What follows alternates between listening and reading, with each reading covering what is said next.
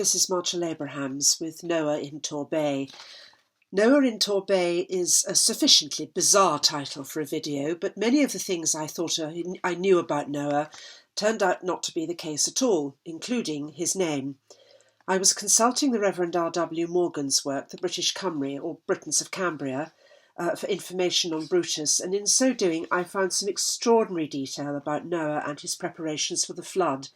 In Britain, not Mesopotamia, and I just had to investigate further. If only I'd known what a rabbit hole this was going to be. Never mind a rabbit hole, it's a rabbit warren. However, I'm back on the surface again.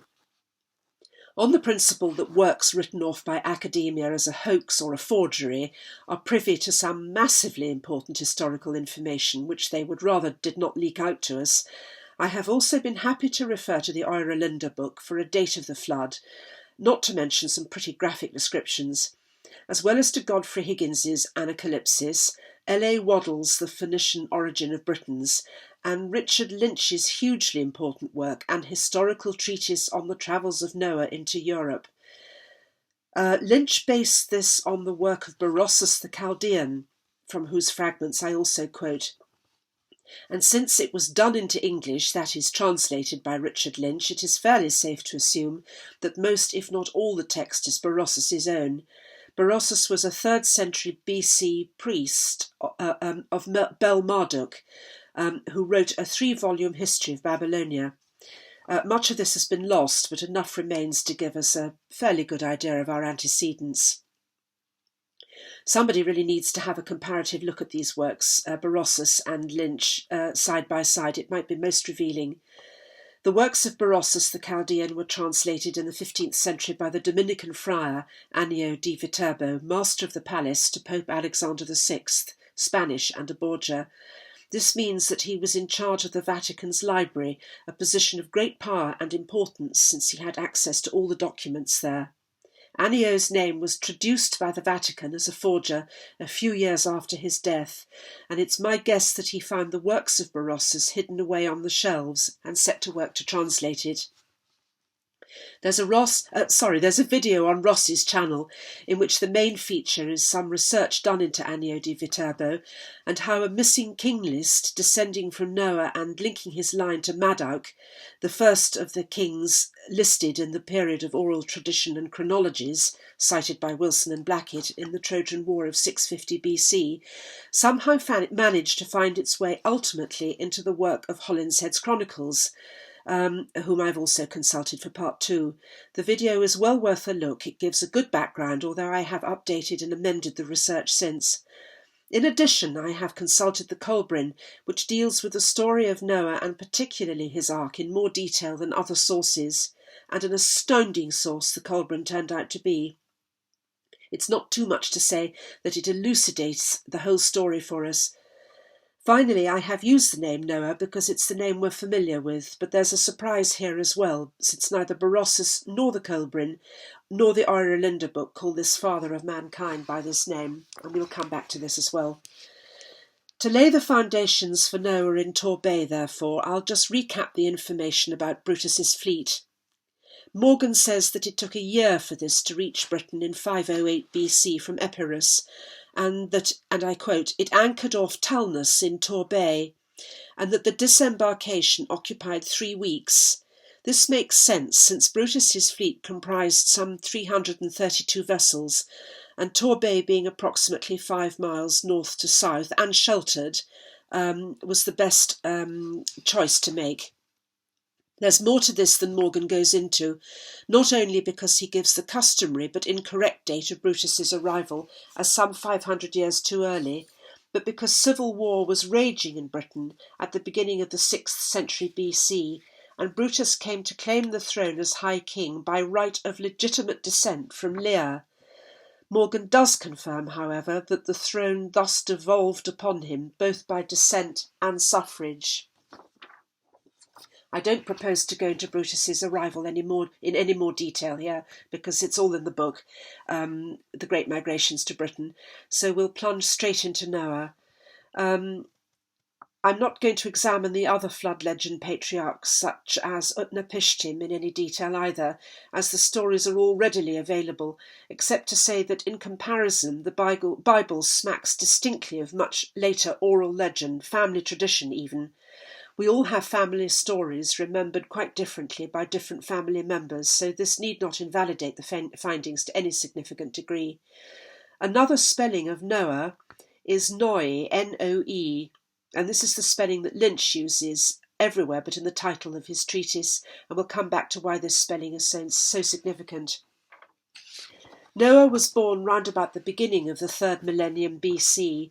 The Bible says that via Enoch he was 9th in descent from Adam, whom Lynch describes as possessed by divine instinct and holy inspiration. Lynch says of Noah, whose fate it was to survive God's cleansing of the earth of giants, that he was himself a giant. And this question of giants is another one we will return to because it turns out to be supremely important.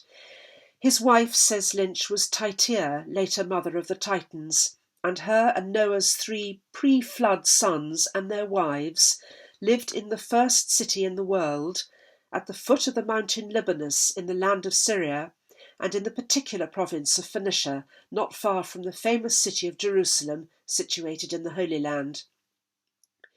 If Morgan's sources are correct, all these places refer to Britain. I can't find the name Tityre anywhere else but in Lynch, and it's not in Berossus. The Bible says that this city, built by Noah's ancestor Cain, was called variously Enos, Enosh, and Enoch. We'll come back to this as well, since it looks as though we've got a first-class muddle to disentangle. I propose to show in this video that the ark was built not by Noah, but by a man called Hanok, inland from Torbay, halfway up Dartmoor, and that there was probably a huge city, just as the Bible says, where the little East Dart meets the West Dart at Dartmeet, and this city was called variously Agade, Sarapik, Sarapesh, Sippar, or Zimbir.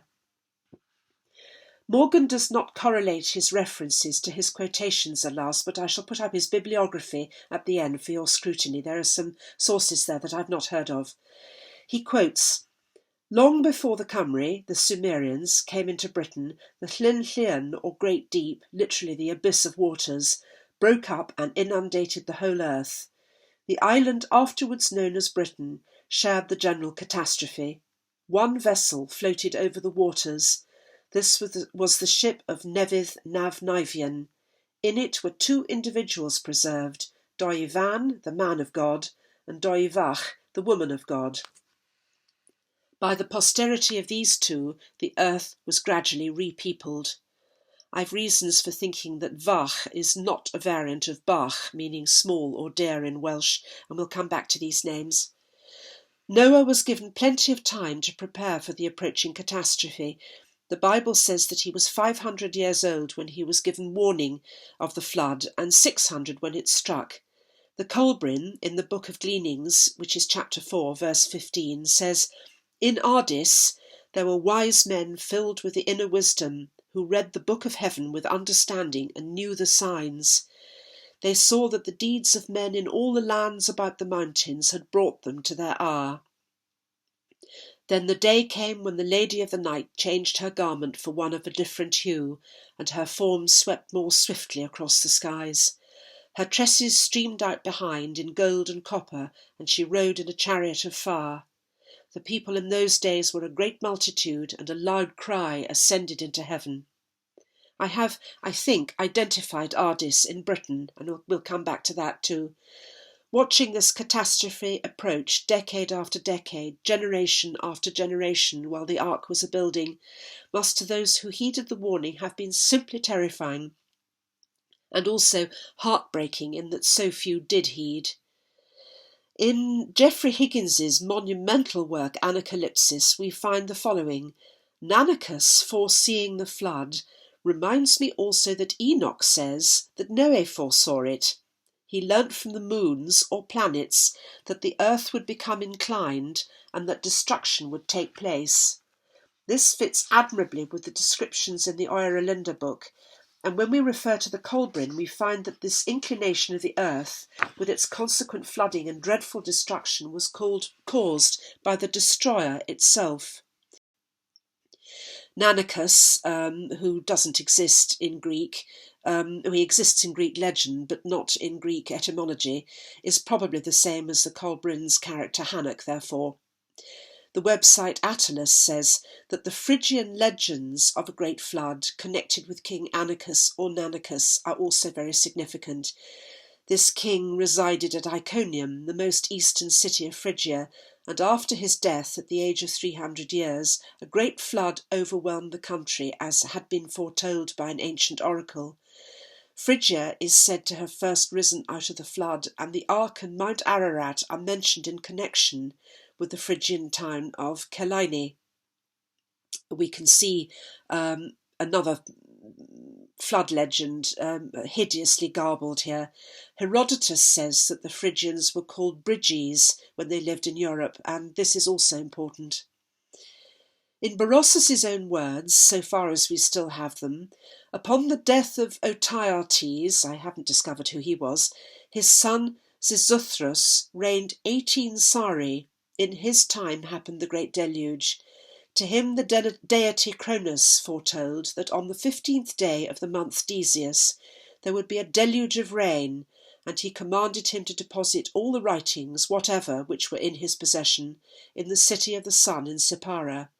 Xisuthros, two different spellings here, when he had complied with the commands, sailed immediately to Armenia, I like that, immediately, and was presently inspired by God.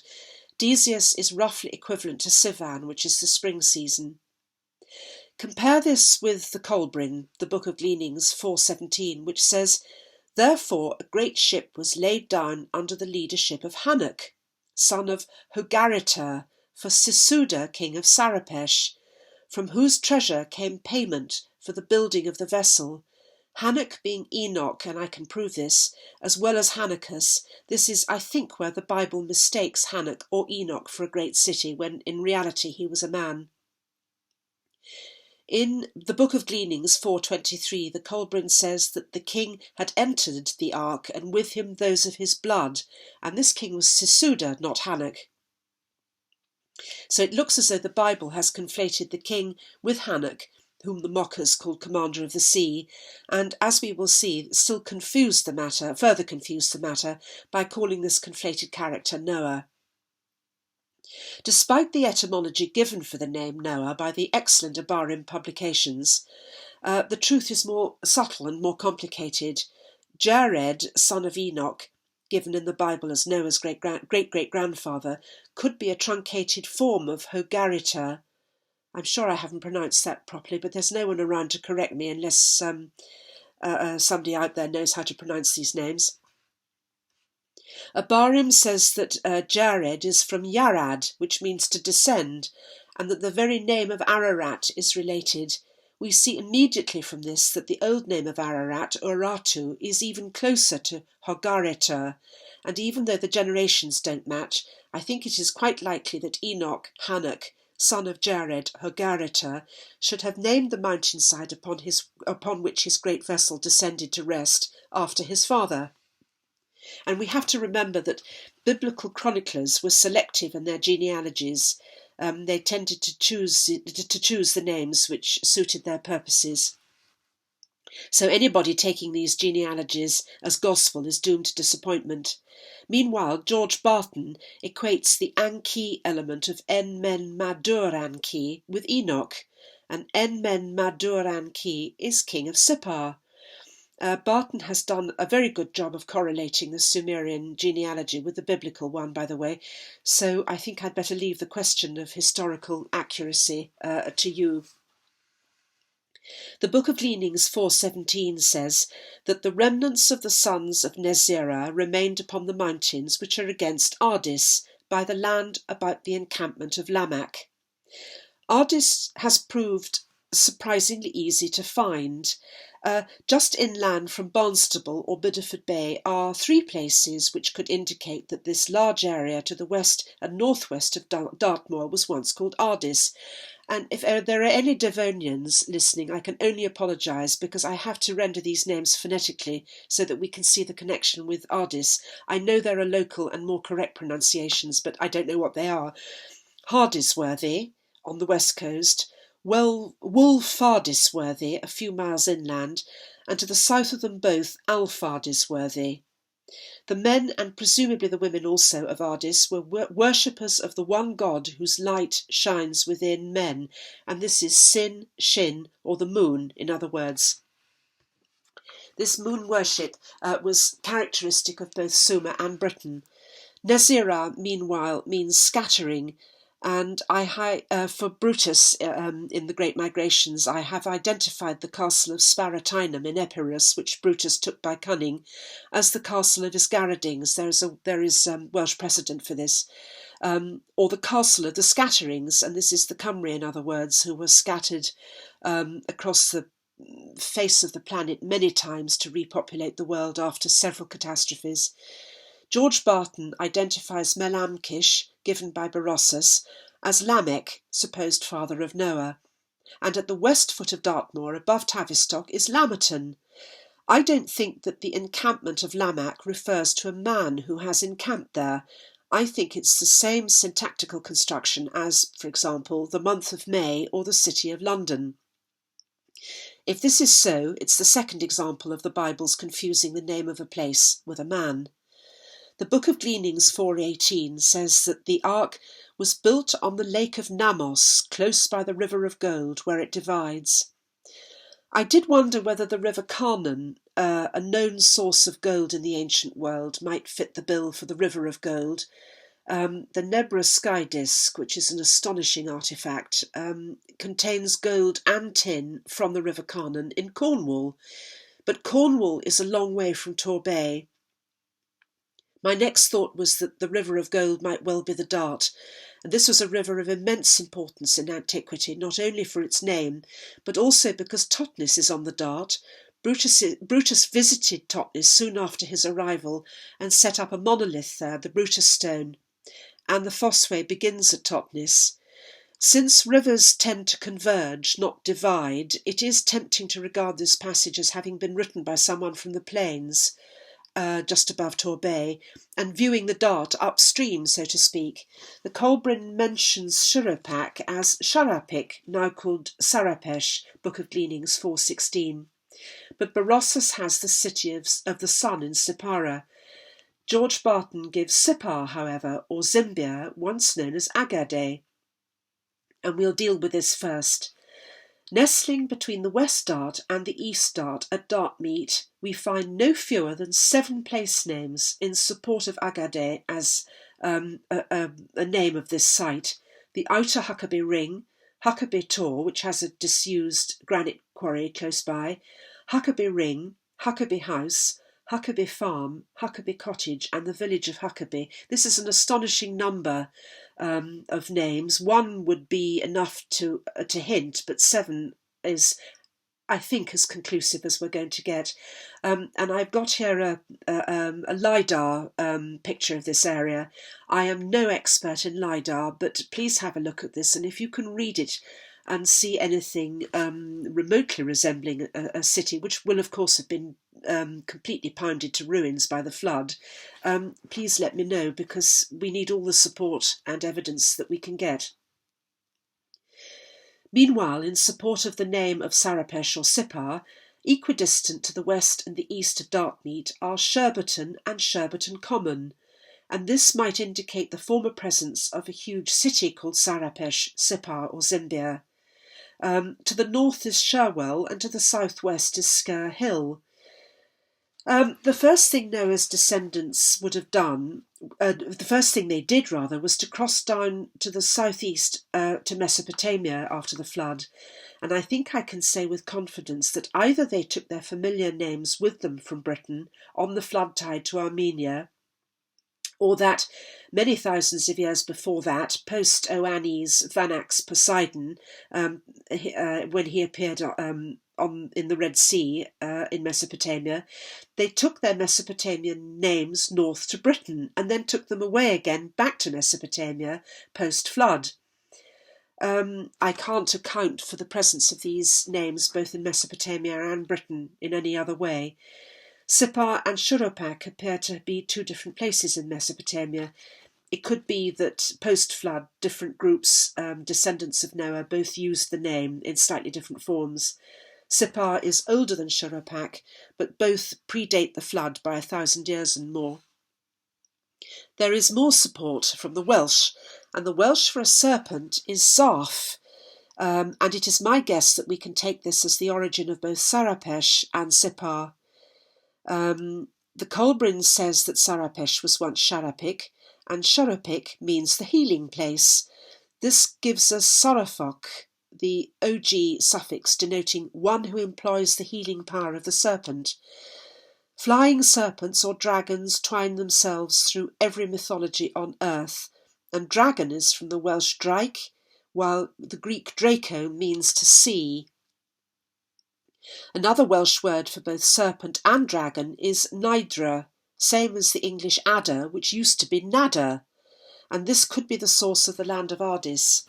Seraph, meanwhile, although it doesn't look as though it fits, I promise you it does, it has the meaning of vipers or burners, according to Abarim, and is from the verb sarap, to burn. St. Bridget was said to be associated with serpents, and Waddell identifies her with, I don't know how to pronounce this properly, Frigg. It's usually pronounced Freya, I think, or Freya, the mother of the Wolf of Fen of the pre-Gothic or pre-Aryan Aborigines of Van, and says that the witch's cauldron for divination was a special utensil of the serpent-worshipping matriarchists in Van. Van, of course, Lake Van and Lake Savan, and we'll see that those places in Armenia are very significant. So Van and Asia Minor and Chaldea. The cauldron features greatly in British mythology, as we know, and Bridget is a variant of Bridges or Phrygia. Friesland, where the Euralinda book was written, is also a variant. It's looking increasingly as though this BRD route predates Brutus, who is said to have named this island after him, and that actually he was named after this BRD route rather than the other way around. This map of gold deposits found on Dartmoor shows that the likely river of gold is indeed the Dart itself, its two arms converging at Dartmeet, halfway up the mountains of Dartmoor. As for the Lake of Namos, Nama is Greek for anything flowing, running water, a river, stream or spring, and this describes the East Dart very well indeed.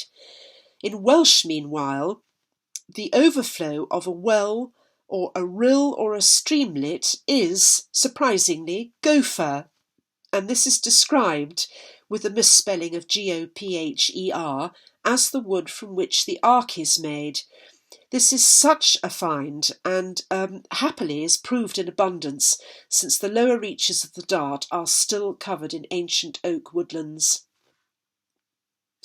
To sum up the evidence, therefore, as to why Torbay and its environs were chosen for the building of the Ark. Dartmeet is against the mountains. It has its back to the heights of Dartmoor to break the full force of flooding sea waters. Enoch, was told that the sea would come up to him, which is why the Ark was not constructed in or on Torbay itself. The force of the flood would have been too strong. The seaward slope of Dartmoor is called Stormsdown and would have borne the brunt of the flood. It is where the river divides, and gold has been found here. The lowermost tier of the Ark was laid over with sand from the river, that's the Book of Gleanings 419, and the Dart has a sandy bottom.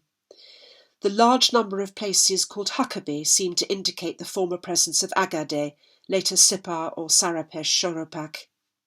The presence of blowing houses, which, although used for smelting tin, might indicate the presence of much earlier forges, and also furnaces for heating the pitch. Both the Bible and the Colbrin make much of the pitch used for the planks of the Ark.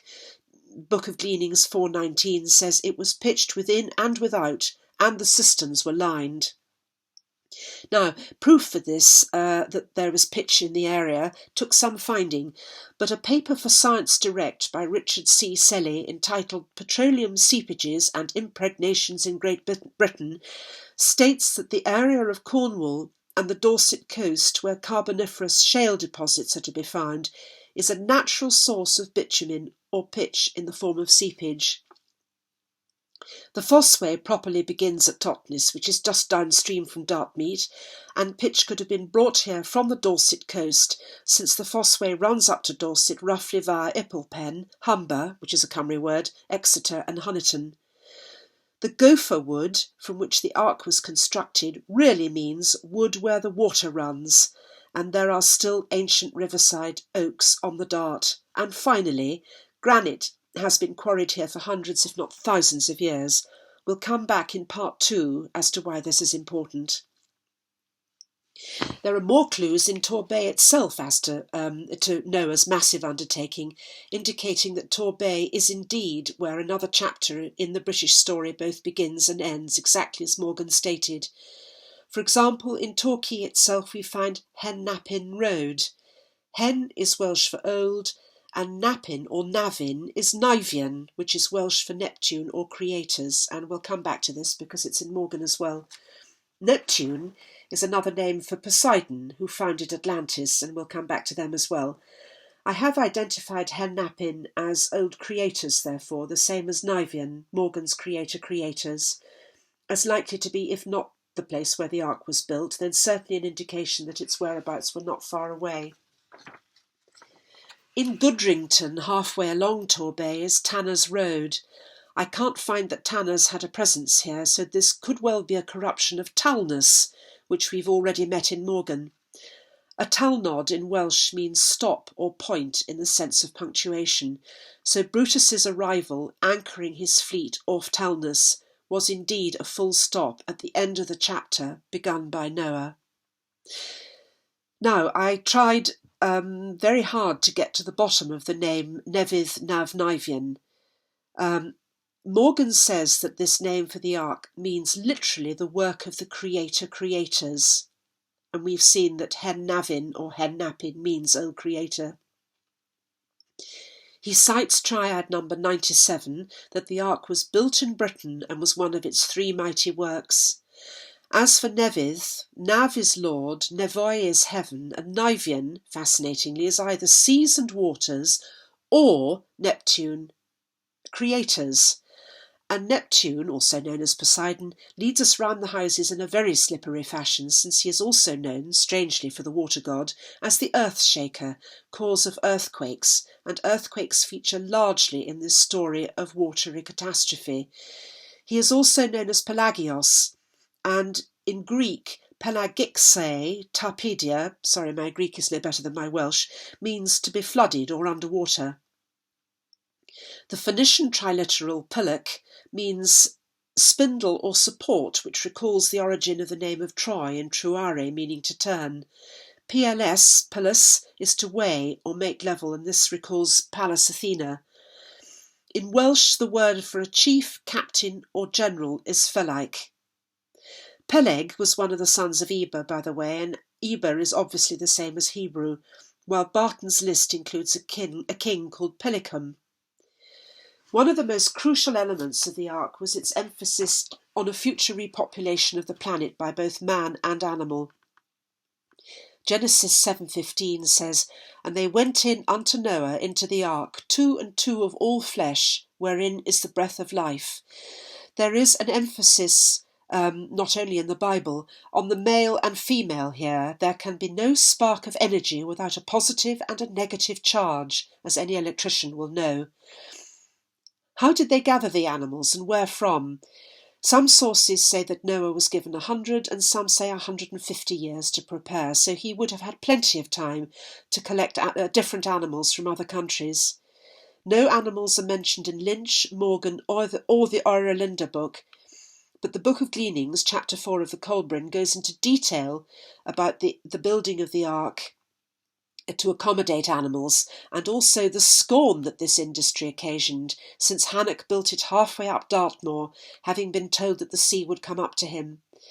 Meanwhile, Triad 97 says that the ship of Noeth Navnivian brought in it a male and female of all living things when the lake of floods burst forth. What was the cause of the flood? Well, we've mentioned the destroyer. I was tempted to cite Uriel's machine, but Professor Victor Klube's sevenfold comet strike about 9,000 years ago is, I think, too early for this. There's a very precise mention in the Euralinda book of 2193, or is it 94, for the flood. But I don't want to be too precise, but that's a lot more recent than Professor Klube's sevenfold comet strike in about 7,100 BC. So I'll go with the activity of the destroyer, which the Colbryn and the Euralinda books say caused the catastrophe. And I will go further and say that it is not only is it not with it is with us again, or about to be, but it has been concealed. Its approach has been concealed by various authorities, with what motives can only be guessed. For nervous watchers, let me add that all the signs are that the next meltdown is not going to be a physical one, but it will be a spiritual one, and it heralds the long-awaited Christing of man. The dimensions of the ark were roughly 510 feet long by 100 feet wide by 50 feet deep. Wikipedia says that that's about the size of an aircraft carrier, which is one heck of a vessel for a family supposed to comprise only 8 members, even with all their stores of water and food secured in lined cisterns. In part 2, we'll find out just how accurate these measurements are. The Book of Gleanings 422, however, gives a long list of people who went aboard the ark, and 423 begins, "The king had entered, and with him those of his blood, in all 14, for it was forbidden, for some reason, I don't know why, that his household go into the ship." We will return in part 2 to this number 14. Then there is a long list of 53 useful people to have about one in a catastrophe, such as 2 who understood the ways of the sun and the moon, and 1 the brewing of beer, not including the households of Hannock and his brother, so perhaps 75 to 100 people in all. And at the end of the verse we have the following: "There was Hannock and his brother and their households," and a very interesting statement here, "and Doivan and 6 men who were strangers." So that's 2 mentions of Doivan, 1 in Morgan, 1 in the Colbryn. And it seems from the Colbryn as though Doivan, the pilot, is every bit as important as Hannock, who built it, and King Sisudra, who paid for it. And it seems to me as though we have the trinity of mind, body and spirit represented here. Mind is Hannock or Enoch, architect of the ark, and this is backed up by Abarim's definition of Enoch, Hannock and the feast of Hanukkah as all stemming from the root HNK, the beginning of discernment, which is the beginning of wisdom, discernment via taste. It is also, of course, the root of our English word hunch, meaning to have an inkling. The body is Sisudra, who provided the money, which equates to energy, and the spirit is Doivan, the man of God. God is Poseidon, of course, and in the days when the connection between spirit and man was far stronger than it is now, it seems that Poseidon needed and used Doivan to guide the ark to Armenia. This might sound fanciful, but both the Bible and the Colbryn were absolutely adamant that the ark was made with neither sail nor oar nor wheel nor rudder. Doivan, the man of God, did not stand on a bridge with a navigator and steer. Rather, in the fashion that a magnet under a table will move something metal on the surface, seemingly by magic, his mere presence aboard that vessel was enough to guide them safely to Armenia. Whatever the true numbers of people aboard, they will have had their work cut out keeping themselves and an untold number of animals and birds fed, watered, clean, and as calm as the appalling conditions would permit. And only think of the frightful noise both within and without. In the Book of Gleanings 4:24 we have, "Then with the dawning men saw an awesome sight. There, riding on a great black rolling cloud, came the destroyer, newly released from the confines of the sky vaults, and she raged about the heavens, for it was her day of judgment. The beast with her opened its mouth and belched forth fire, hot stones, and a vile smoke. It covered the whole place above, and the meeting place of earth and heaven could no longer be seen. In the evening, the places of the stars were changed. They rolled across the sky to new stations. Then the floodwaters came. The Oeralinda book has a truly shocking description of the consequences of the flood, in which the last remnants of Atlantis, or Doggerland, sank forever. During the whole summer the sun had been hid behind the clouds, as if unwilling to look upon the earth. There was perpetual calm, and the damp mist hung like a wet sail over the houses and marshes. The air was heavy and oppressive, and in men's hearts was neither joy nor cheerfulness. In the midst of this stillness the earth began to tremble as if she was dying. The mountains opened to vomit forth fire and flames. Some sank into the bosom of the earth, and in other places mountains rose out of the plain. Old land, called by the seafaring people Atland, our Atlantis, disappeared, and the wild waves rose so high over hill and dale that everything was buried in the sea. Many people were swallowed up by the earth, and others who had escaped the fire perished in the water. Later on, the Oeralinda book says, "When our land was submerged, I was in Schoonland, that's our Scandinavia. It was very bad there. There were great lakes which rose from the earth like bubbles, then burst asunder, and from the rents flowed a stuff like red-hot iron. The tops of high mountains fell and destroyed whole forests and villages. I myself saw one mountain torn from another and fall straight down. When I afterwards went to see the place, there was a lake there." These descriptions do not sound to me like a comet strike, even a sevenfold one.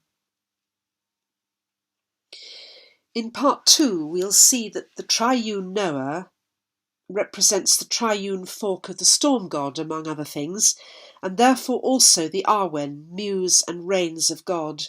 But for now we will leave him and his family and his ark of animals and birds and many, many more people than the Bible tells us, tossing on the wild waves.